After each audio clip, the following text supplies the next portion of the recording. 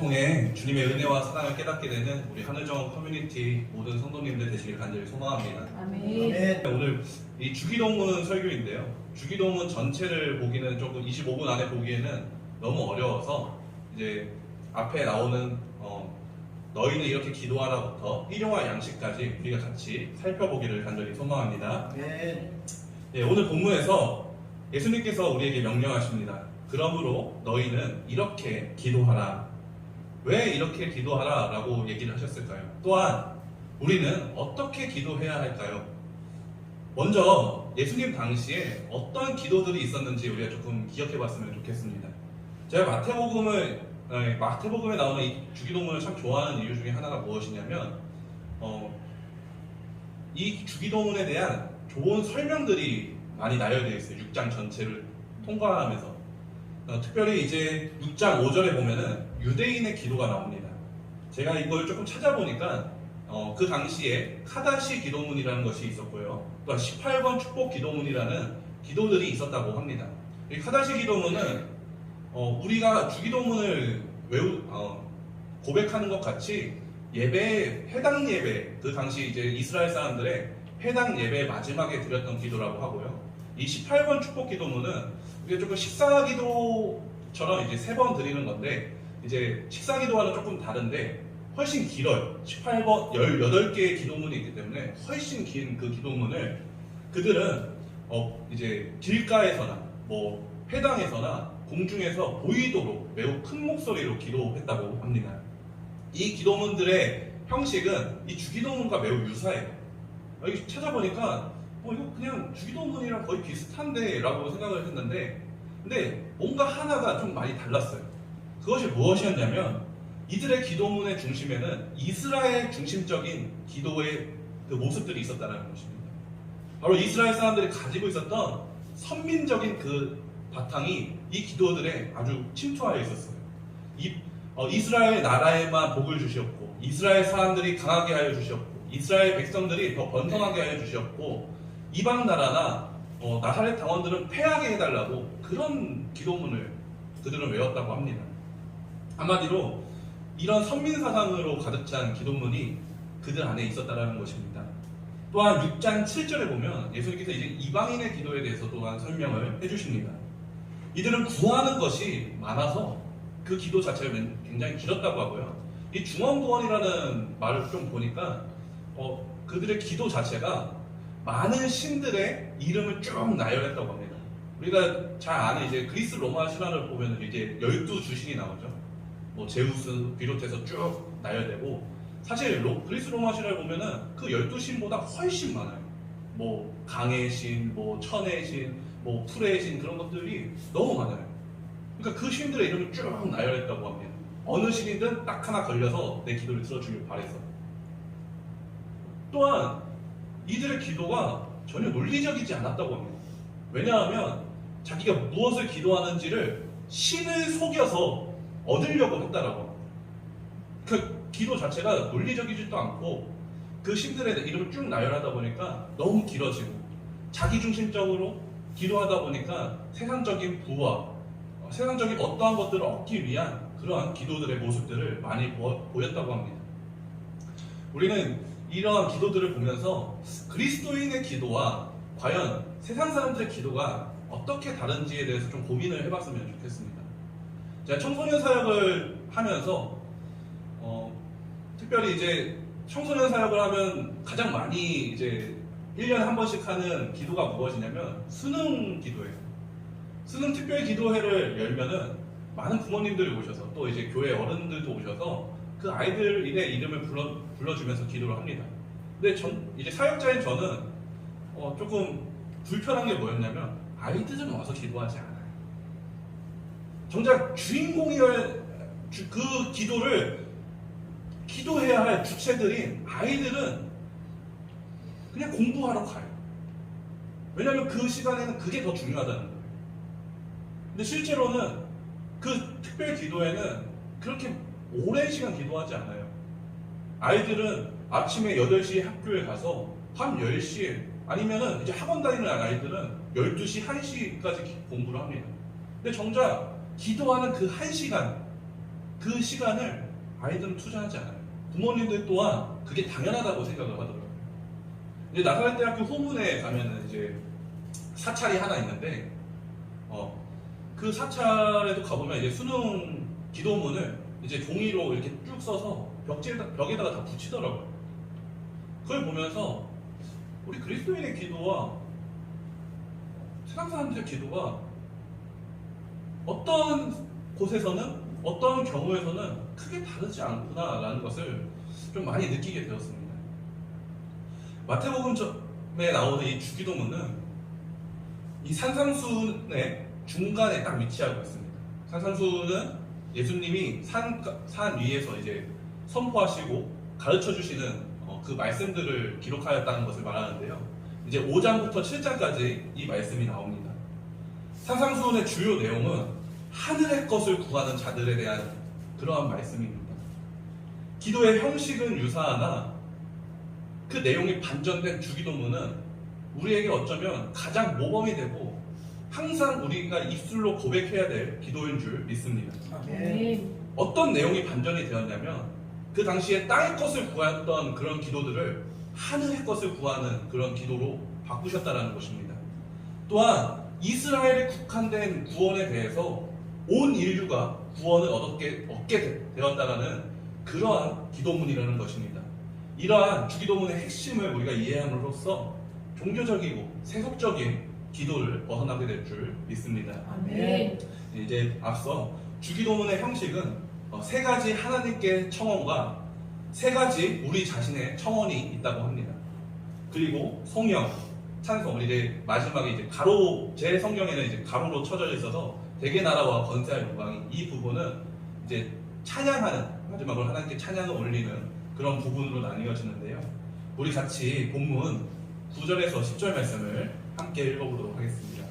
시작. 그러므로 너희는 이렇게 기도하라. 하늘에 계신 우리 아버지여, 이름이 거룩히 여김을 받으시오며 나라가 임하시오며 뜻이 하늘에서 이루어진 것 같이 땅에서도 이루어지리라. 아멘. 본문에 이제 이 기도가 시작되면서 하늘에 계신 우리 아버지여라는 고백이 시작됩니다. 사실 이 고백은 이제 아빠라는, 우리 담임 목사님께서 많이 설명해 주셨죠. 아빠라는 아람어에서 나오는 단어인데요. 우리가 아빠라고 고백하는 이 단어의 그 마음과 그 하나님의 뜻이 얼마나 감사한 줄 모르겠습니다. 왜냐하면 서두에 설명드렸다시피 유대인의 기도는 철저히 선민적이었어요. 우리 이스라엘을 위한 하나님, 그러니까 야곱의 하나님, 아브라함의 하나님, 이삭의 하나님, 야곱의 하나님, 우리 조상의 하나님만을 찬양했어요. 근데 예수님께서는 그것을 철저히 버리십니다. 하늘에 계신 우리 아버지요. 이 기도를 시작하는 모든 사람들을, 모든 그리스도인들을 하나님을 아빠라고 부를 수 있는 특권을 우리에게 허락하여 주셨다는 것입니다. 아멘. 우리 이 기도를 통하여서 우리는 하나님의 나라를 상속받을 줄 믿습니다. 아멘. 그리고 또한 주기도문의 이 상당부 세 가지 청원은 사실은 한 가지 청원으로 요약할 수 있는데요. 이름이 거룩히 여김을 받으시오면은 사실은 이제 그 내용을 우리가 보다시피 이제 찬양이나 이제 영광을 드리는 그런 내용에 더 가깝습니다. 그리고 또한 그 다음에 나오는 뜻이 하늘에서 이루어진 것 같이 땅에서도 이루어지다라는 이 내용은 이제 나라가 임하시오며가 어떻게 임할 것인지를, 그러니까 하늘에 계신 아버지의 나라가 이 땅 가운데 임할 것입니다라는 것을 반복적으로 확인해주는 내용이라는 것입니다. 결국 핵심은 나라가 임하시오며가 하나님께 드리는 주기도문의 첫 번째 청원의 내용이라는 것입니다. 이것은 간절한 구원의 청원입니다. 이 땅에서는 없는 것들을 구하는 그리스도인들의 그러한 구원의 청원이라는 것입니다. 산상수훈은 하나님 나라에서의 삶을 나타내어 줍니다. 자세와 마음에 대해서는 예수님께서 팔복을 통해서 우리에게 설명해 주십니다. 위에 줄이고 목마른 자 복이 있다고, 마음이 청결한 자는 복이 있다고, 그러한 복에 대해서 쭉 설명해 주시고요. 또한 태도와 행실에 대해서는 이 팔복 이후에 우리에게 또한 설명해 주십니다. 오리를 가라 하면 심리를 가지고, 왼뺨을 맞으면 오른뺨도 되고, 누가 겉옷을 달라고 하면 너희 속옷도 주라. 하늘에 계신 아버지께 너희의 선한 행실을 통하여서 영광을 돌리라 라고 우리에게 가르쳐 주십니다. 사실 팔복의 내용은 세상 사람들에게는 그저 덕목에 불과합니다. 이렇게 살면 좋은 사람이야. 이렇게 살면 그냥 좋은 모습이야. 에 불과합니다. 근데 사실 이렇게 살지 않으면 더 편하게 살 수 있어요. 예를 들어서 이제 자동차 사고가 나면은 근래에 제가 알고 있는 친한 이제 전도사님이 자동차 사고가 났는데, 이게 직좌 차선에서 이 전도사님이 직진을 했는데 이 직진 차선에 있던 차가 박았다는 거예요. 그러면 분명히 이게 100%인데 이 사람이 내가 뭘 잘못했냐라고 나온다고 하더라고요. 그리고 또 이제 뭐 한문철 TV나 그런 것들을 보면 알다시피 먼저 우겨요. 이 보험사들이 참 정확하게 이 100대 0을 잘 안 줘요. 그러다 보니까 사고를 낸 사람도 일단 우기는 거예요. 우겨야지 내가 손해를 덜 본다는 거예요. 생각보다 세상에서는 자기의 손해를 보지 않으려고 저렇게 강하게 자기의 것을 주장하는 사람들이 많다는 것입니다.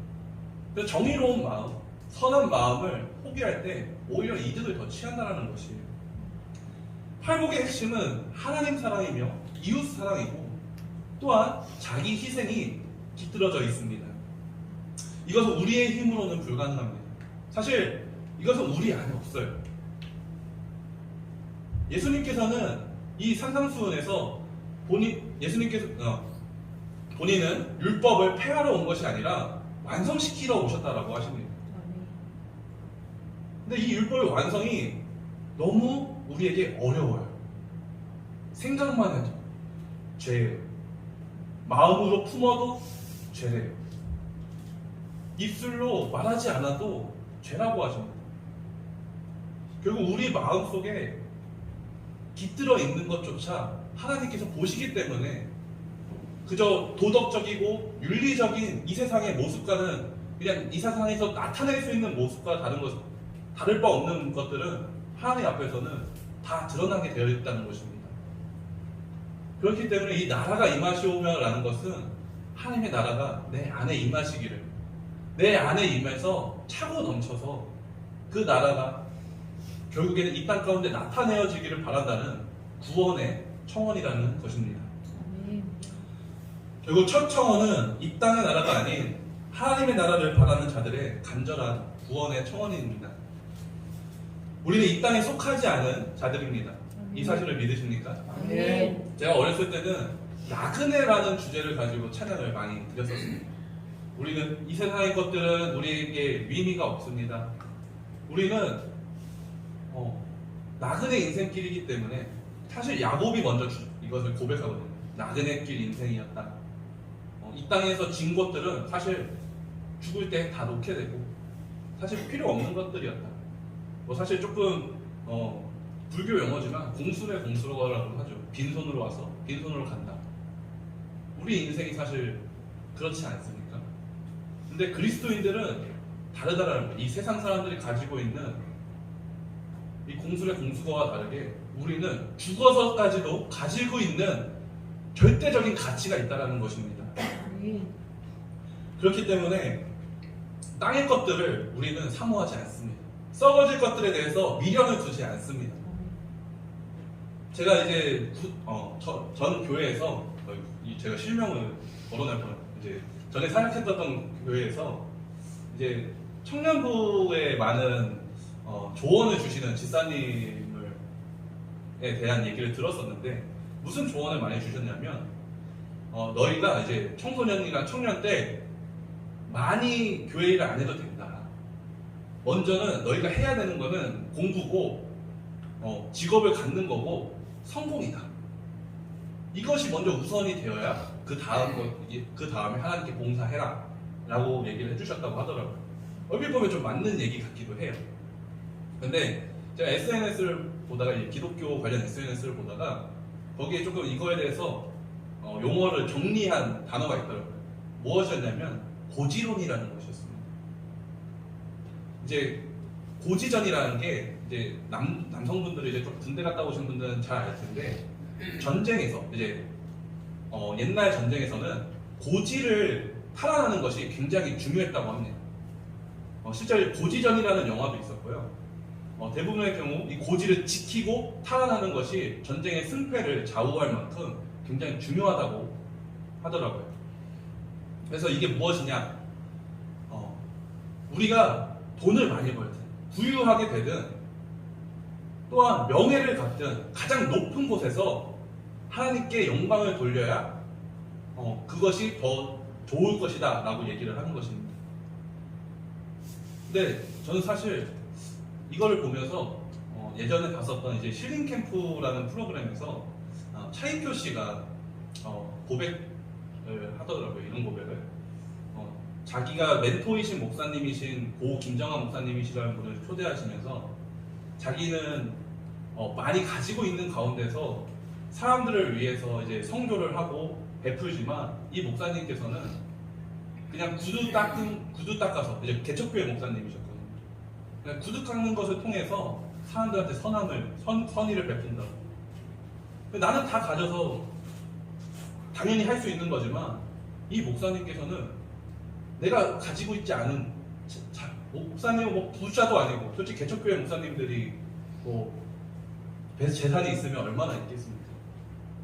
그분들이 가지고 있는 것들이 있다면 뭐 얼마나 있겠습니까? 근데 그 없는 그 가운데서도 내가 잘하던 것이 구두 닦는 거였지, 내가 이 구두를 닦는 것을 통해서 저 3세계의 어려운 아이들을 위해서 모금을 해야겠다 라는 그런 열심을 보여주셨다는 것입니다. 하나님께서 기뻐하시는 그리스도인이라는 것은 바로 이런 것을 뜻하다고 봅니다. 하나님께서 우리의 돈이 필요하시겠습니까? 우리의 명예가 필요하시겠습니까? 물론 세상 사람들은 어쩌면 막 연예인들이 그 연애식장에서 하나님께 감사한다, 하나님께 감사한다 라는 고백이 어쩌면 그들에게는 마음에 맞을지도 모르겠어요. 물론 그들을 비하하려고 하는 것은 아니에요. 근데 동시에 그런 사람들을 보면서 그들이 조금 세상과 타협해 가는 모습들을 보게 되더라고요. 술 마시는 거에 대해서 당연하다는 듯이 받아들이며, 또한 사실은 이제 좀 트랜스젠더들이랑 방송을 같이 한다던가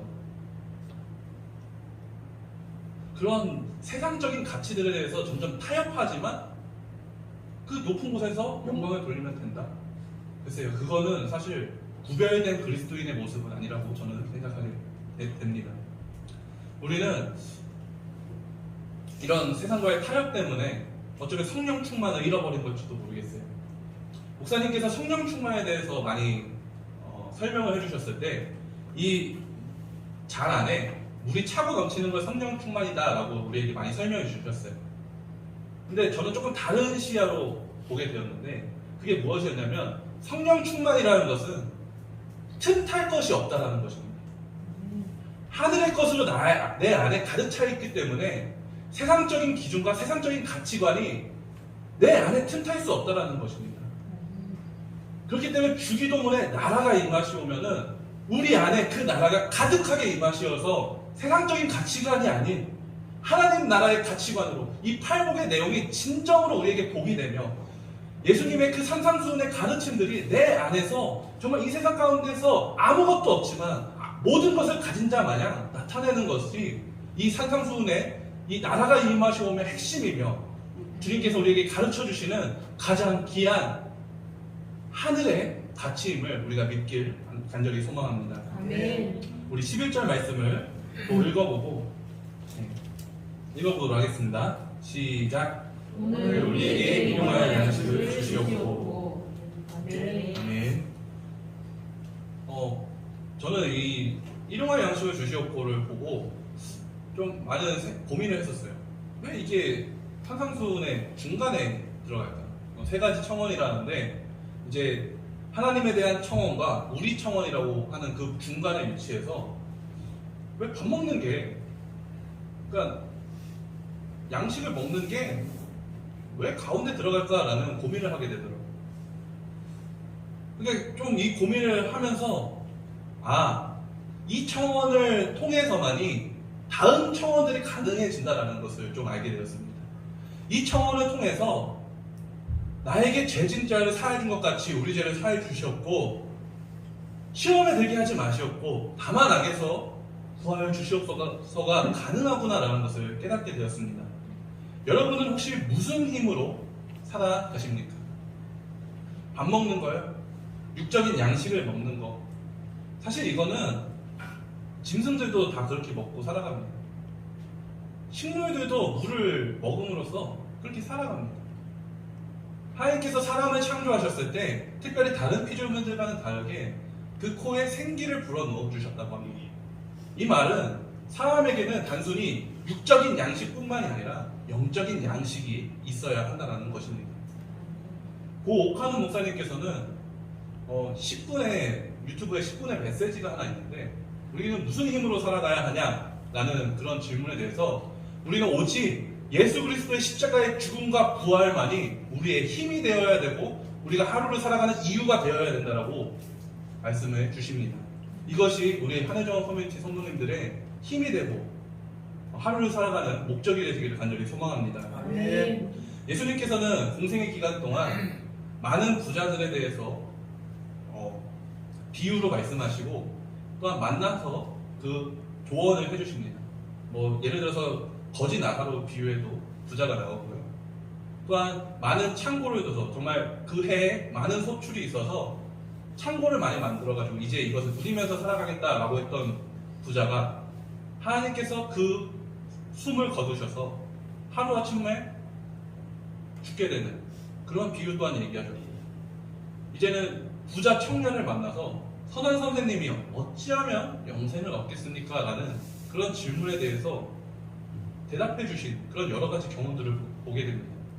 사실 많은 설교하시는 분들이 예수님께서는 약자를 많이 만나시고 이제 창녀와 세리들을 많이 만나셨다 하지만 실제로는 또 부자들도 많이 만나셨어요. 바리새인의 집에 초청하면 바리새인의 집에도 가셨고요. 근데 문제는 뭐냐면 대하는 태도가 다르시다는 것입니다. 이들이 무슨 힘으로 살아가고 있는지를 아시고 계시는 거예요. 근데 많은 청년들을 만나면 그들은 고백하기를 이제 그리스도인이 아닌 청년들이 주로 고백하는 것이 무엇이냐면 내 힘으로 살아간다는 것입니다. 내 힘으로 이루었고 내 힘으로 좋은 집, 좋은 차, 좋은 직장을 얻었다고 고백을 합니다. 근데 사실 이것은 하나님이 주시는 일반적인 은혜가 없다면 불가능한 것입니다. 그리스도인들 또한 마찬가지입니다. 우리가 하루에 먹는 음식들 그것들 또한 하나님께서 허락하여 주시지 않는다면 사실 우리는 먹을 수가 없습니다. 내가 돈이 있다고요. 그 돈 가치가 폭락해버리면 도대체 무슨 소용입니까? 백합화를 보라고 하나님이 입히시기에 솔로몬의 영광보다 아름답다고 하지 않습니까?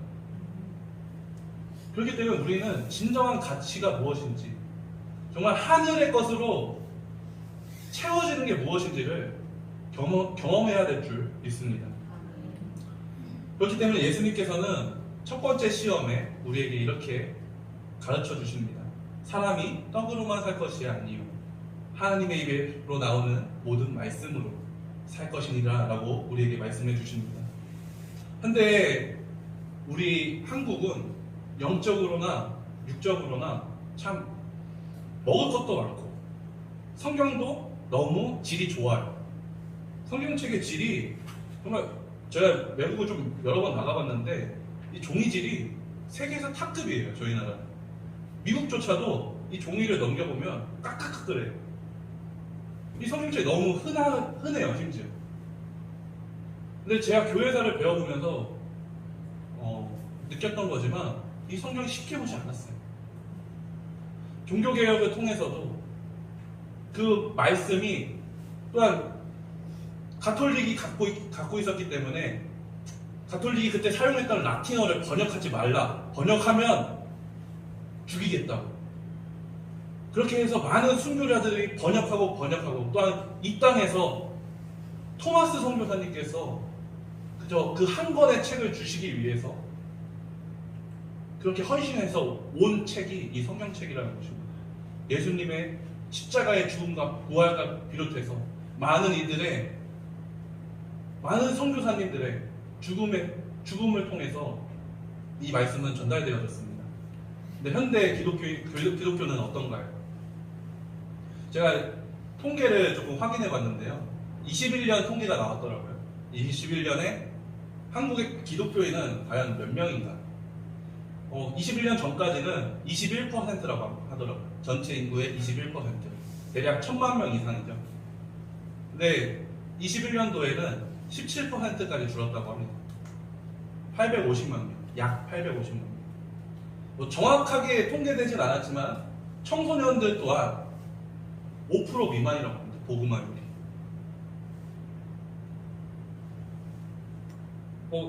대부분의 교회들이 가장 걱정하는 것이 무엇이냐면 다음 세대에 대한 걱정입니다. 육적으로 부유한 시대에 새끼 굶지 않고 살아갈 수 있는 시대가 그렇게 길지 않아요. 말씀도 마찬가지로 성경은 교회에도 있고 집에도 한 번씩 있고 또 이제 유튜브로도 틀면은 들을 수도 있고 너무 좋은 시대예요. 근데 과연 이것이 너무 우리 삶 가운데 너무 만연해 있어서 어느 순간 가치를 잃어버린 것이 아닌지 우리가 점검해 봤으면 좋겠습니다. 오늘날 일용할 양식을 주시옵고, 영어로는 데일리 브레드입니다. 날마다의 양식. 이 날마다의 양식을 우리가 하나님께 간구함으로써 우리가 이 땅에 사는 다른 사람들과는 구별되게 정말 참된 그리스도인으로서의 힘을 얻고 살아가는 우리 성도님들 되기를 간절히 소망합니다. 네. 말씀을 정리하겠습니다. 네, 주기도문의 핵심은 결국엔 하나님 나라를 바라보는 삶입니다. 혹시 하나님 나라를 조금 상상해 보시면서 살아가고 계신가요? 요한계시록에 보면은 그 바닥이 금으로 되어 있고, 그 성벽이 크리스탈로 이제 뭔가 보화로 되어 있다라고 이렇게 설명을 해주는데, 사실 이거는 그런 것들이 이제 더 이상 가치가 없다라는 거예요. 또 이제 열매들이 우리가 먹을 수 있는 최고의 것들, 막 스테이크, 티본 스테이크, 저는 고기를 참 좋아하는데요. 티본 스테이크나 짜장면이나 짬뽕 그런 것들보다 훨씬 맛있는 그런 열매들이 맺혀 있고, 상처가 나면 그거를 치료해 줄 수 있는 그런 잎사귀들이 있고, 아름다운 모습들을 많이 묘사를 해줍니다. 저는 특별히 이제 또 축구를 좋아해요. 축구 때문에 무릎이 좀 많이 나갔는데 그래도 아직도 축구를 좀 좋아해요. 근데 천국에 가면 과연 축구를 할 수 있을까라는 생각을 하는데, 가만 생각해 보니까 예수님의 제자가 12명이에요. 축구는 11대 11 경기죠. 과연 예수님의 제자들과 축구를 하면은 어떨까라는 생각을 해봐요. 예수님이 이제 감독이시고, 이제 베드로가 아마 조금 성격이 불같으니까 과격하게 하지 않을까. 그런 상상들을 조금 하면서 살아갑니다. 여러분들은 혹시 하나님 나라를 어떻게 상상하시면서 살아가고 계십니까?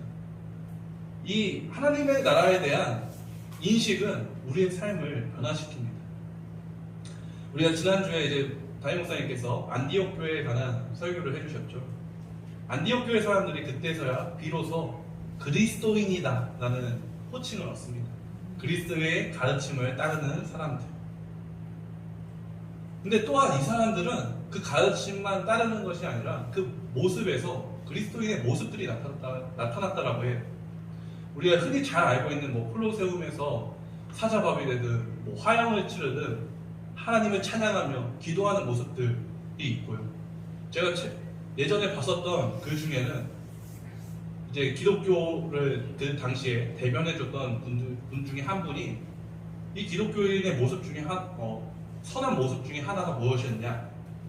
그 당시에 이제 성적으로 문란했기 때문에 이제 유기되는 아이들이 많았다고 합니다.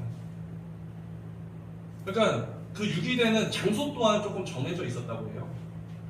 그래서 그리스도인들이 그 곳에서 대기하고 그 아이들이 유기되는 것을 보고 데리고 와서 자기 아이처럼 키웠다는 것이에요.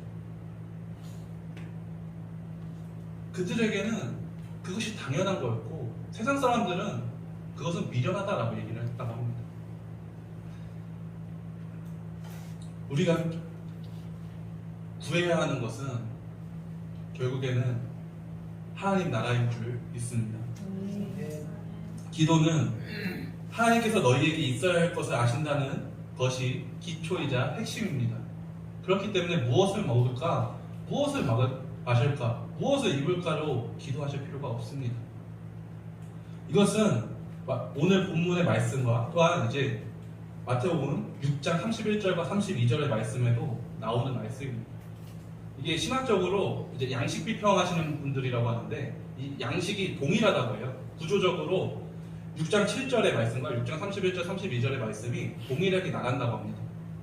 이게 무슨 말이냐면 결국에는 이 주기도문의 말씀의 핵심이 6장 33절에 있다는 것입니다. 우리 같이 마태복음 6장 33절 마지막으로 읽어보도록 하겠습니다. 가장 마지막 절 위에 있는데요. 함께 읽어보도록 하겠습니다. 시작. 그런즉 너희는 먼저 그의 나라와 그의 의를 구하라. 그리하면 이 모든 것을 너희에게 더하시리라. 아멘. 대부분의 그리스도인들이 그 후렴 부분을 굉장히 좋아하는 말씀이죠. 근데 실상은 그 나라와 그 의를 구할 때 너희는 그게 당연하게 채워질 거다라는 말씀인 거예요.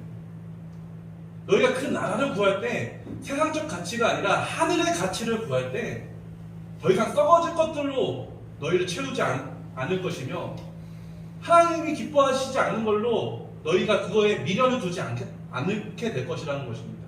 결국 하나님의 것으로 채워진다는 것입니다. 기도는 주권이 누구에게 있는지에 따라 방향성이 달라집니다.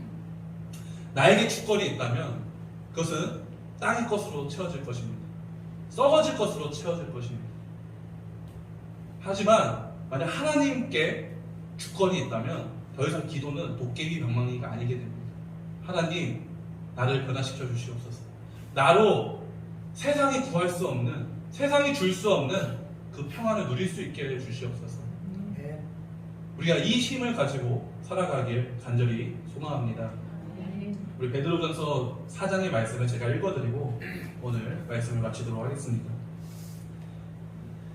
만물의 마지막이 가까이 왔으니 그러므로 너희는 정신을 차리고 근신하여 기도하라. 나라와 권세와 영광이 아버지께 영원히 있습니다. 아멘. 기도하겠습니다.